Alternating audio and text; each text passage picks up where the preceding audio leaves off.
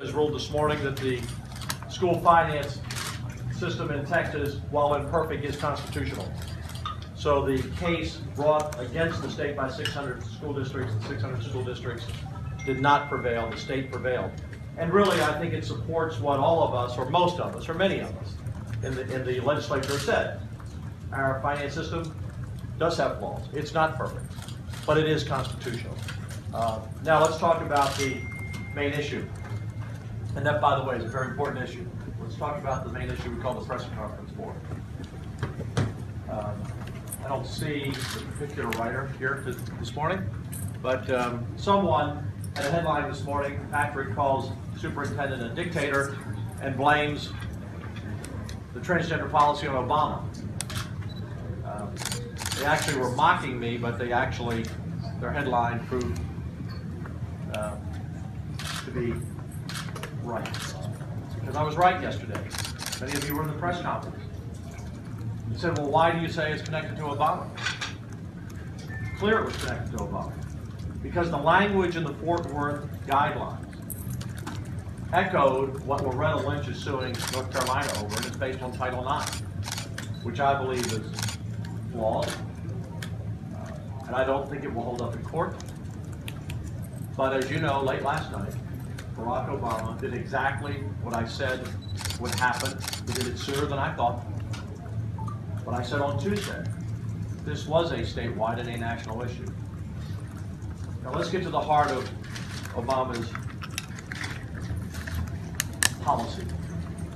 I believe it is the biggest issue facing families and schools in America since prayer was taken out of public school. He has set a policy in place that will divide the country, not along political lines,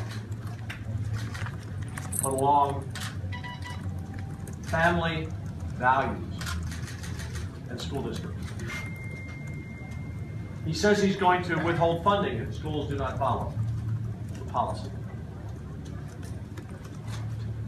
Well, in Texas, he can keep his 30 pieces of silver. We will not yield to blackmail from the President of the United States. And let me point out something. The schools in Texas get about $10 billion over our 2-year budget of federal funds. A majority of that is for free breakfast and free lunch through the food program, through the ag department.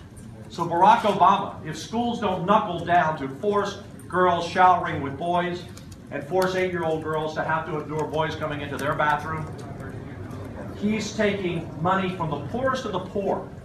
The President of the United States will be ending the free breakfast and free lunch program. That's what he's saying. Now, I've already talked to a number of caucuses today. And when I said the following, I got a standing ovation every time.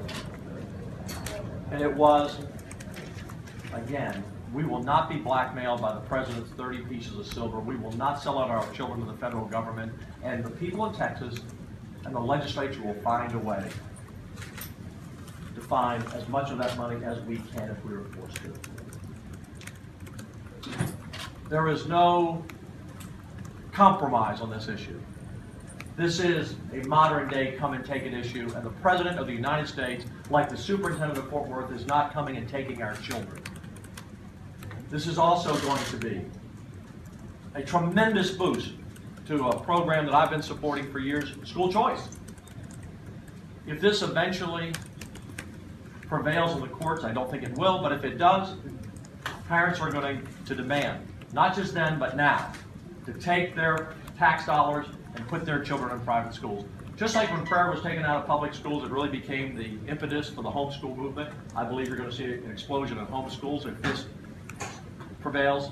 Parents are going to look for private schools. Parents are not going to send their 14-year-old daughters into the shower to the bathroom with 14-year-old boys. It's not going to happen.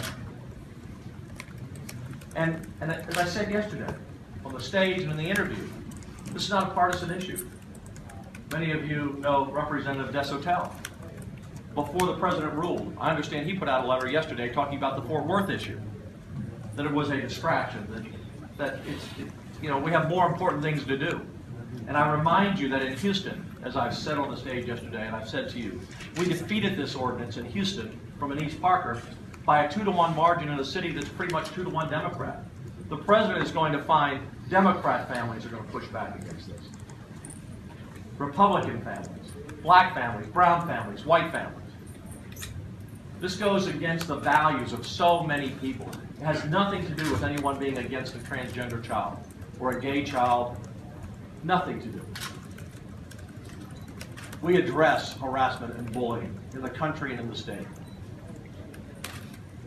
This has everything to do with keeping the federal government out of local issues. And by the way, I hope some of you go back and interview some of the people who were shouting me down Tuesday when they said Dan Patrick should stay out of local issues.